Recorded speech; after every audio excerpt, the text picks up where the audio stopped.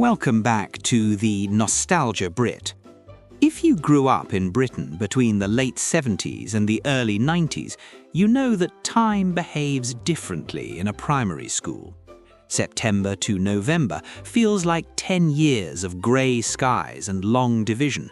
But then, almost overnight, something shifts. The stripped, regimented atmosphere of the classroom begins to crumble, replaced by a chaotic, vibrant energy that can only mean one thing: December has arrived. It always started with the senses. The walk to school became a battle against the biting cold, your breath visible in the air, your knees freezing in those ridiculous short trousers or grey skirts that offered zero thermal protection. But stepping into the school building, you were hit by that specific, unforgettable smell. It was a cocktail of wet wool drying on hot radiators, floor polish, and the faint, lingering scent of overcooked cabbage from the canteen. But in December, a new smell was added to the mix, the smell of industry.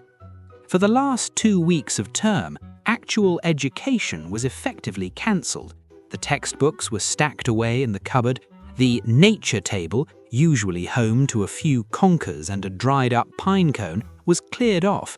The classroom ceased to be a place of learning and transformed into a Victorian-style sweatshop for Christmas decorations.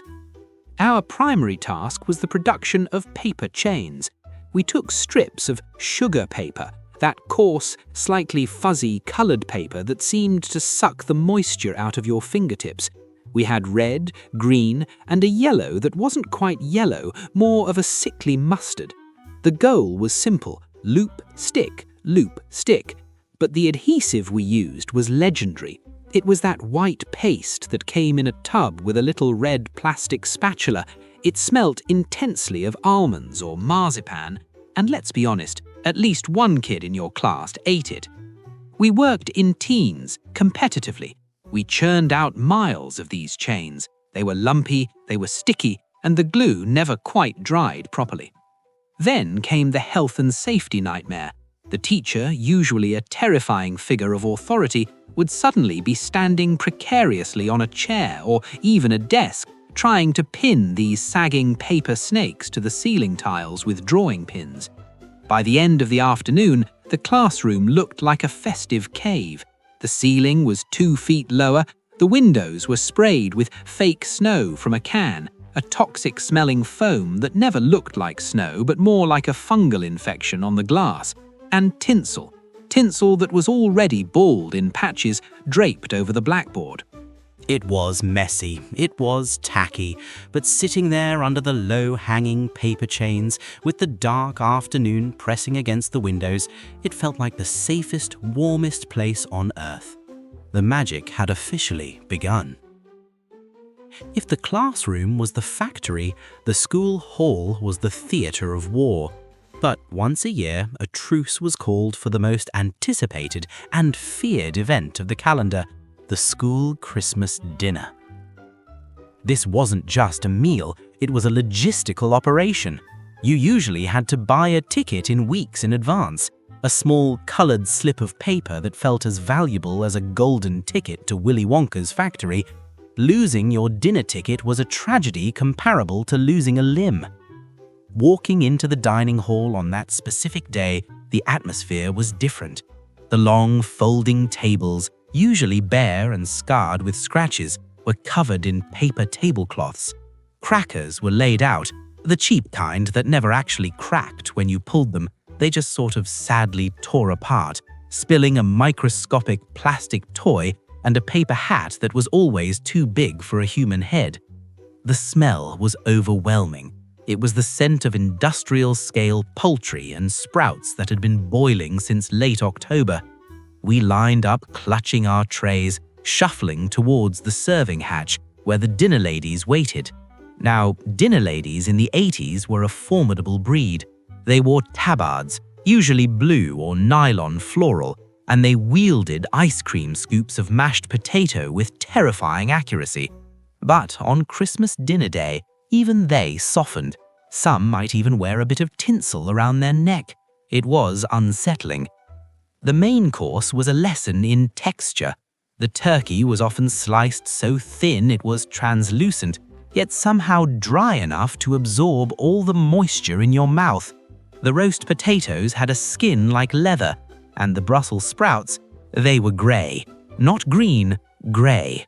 A soggy, sulphurous sphere that every child was contractually obliged to push around their plate, but never actually eat. But we endured the dry turkey and the grey sprouts for one reason alone: the holy grail of British school cuisine, the dessert. The bowls would come out steaming hot, a square of dense sponge pudding, maybe vanilla, maybe jam, drowning in a sea of pink custard. To this day, nobody really knows what flavor pink custard was supposed to be. It wasn't strawberry, it wasn't raspberry, it just tasted of pink. It was sweet, it was hot, and formed a thick skin on top if you left it too long.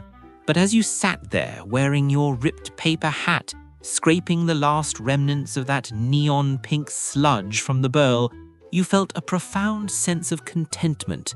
It was sugar, it was warmth, and it was Christmas. If the Christmas dinner was about endurance, the end-of-term party was about chaos. It usually took place on the very last afternoon.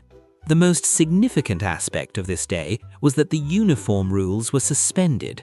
It was Mufti Day, or non-uniform day. For a child in the 1980s, this was our Met Gala. The classroom became a sea of knitted jumpers featuring snowflakes, shell suits that made a swishing noise when you walked, and fluorescent socks. Seeing your teacher in jeans for the first time was also a psychological shock that took hours to process. The desks were pushed to the edges of the room to create a dance floor. The soundtrack was provided by a battered cassette player in the corner, usually running on batteries that were slowly dying. As the afternoon went on, Shakin' Stevens singing "Merry Christmas, Everyone" would sound increasingly slow and demonic. And then there was the food. We didn't have catering, we had a contribution system. Every parent was asked to bring a plate of something. The result was a magnificent spread of what I like to call the Beige Buffet. There were cocktail sausages that looked like wrinkled fingers. There were sausage rolls that were 90% pastry and 10% mystery meat. There were bowls of hula hoops and Wotsits. But the true icons of the era were the sweet treats, party rings, those rock-hard biscuits with bright chemical icing, and iced gems. But towering above it all was the centerpiece of 1980s sophistication, the cheese and pineapple hedgehog. For those too young to remember, this was a culinary architectural masterpiece. You took half a grapefruit or a large potato, wrapped it in tinfoil, and stuck wooden cocktail sticks into it. On each stick was a cube of mild cheddar cheese and a chunk of tinned pineapple. It looked like a metallic porcupine. It was salty, it was sweet, and it was absolutely mandatory.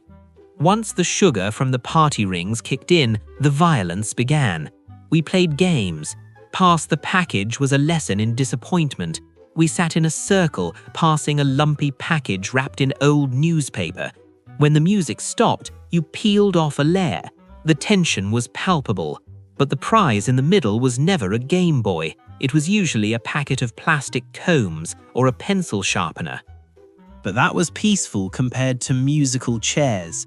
I have seen less aggression in professional rugby matches than I did in a primary school hall when the music stopped. Best friends became mortal enemies. Elbows were thrown, chairs were dragged. The desperation to sit on that final plastic chair was primal. It wasn't just a game, it was survival of the fittest played out to the tune of Jingle Bell Rock.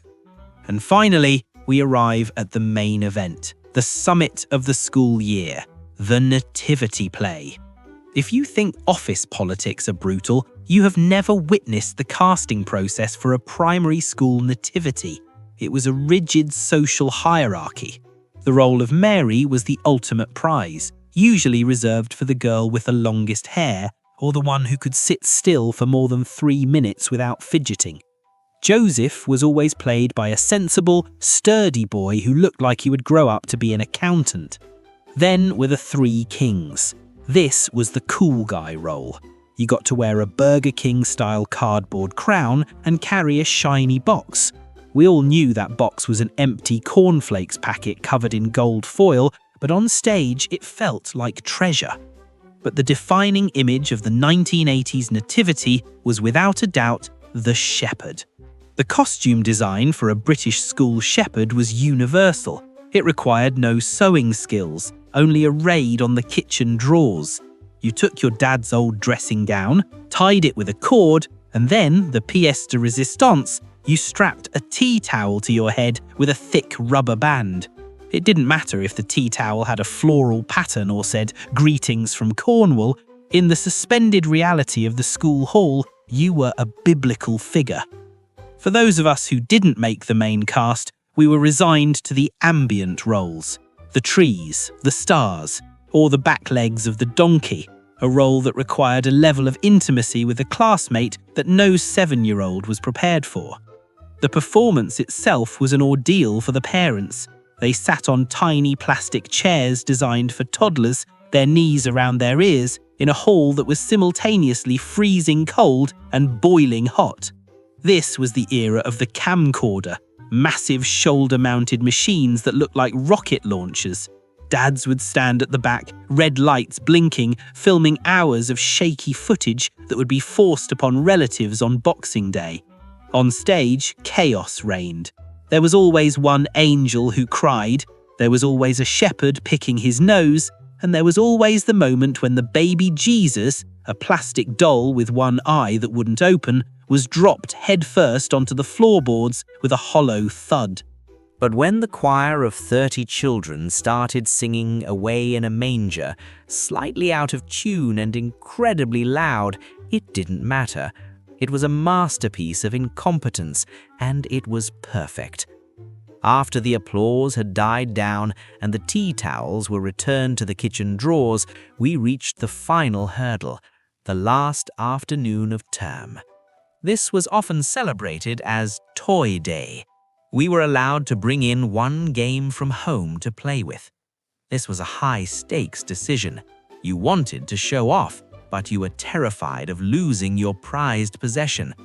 The classroom became a cacophony of plastic counters clattering as 30 children played 15 different games of Connect 4 and Guess Who simultaneously.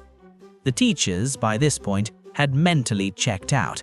They sat at their desks drinking tea from a Santa mug, turning a blind eye to the chaos. And then the bell rang.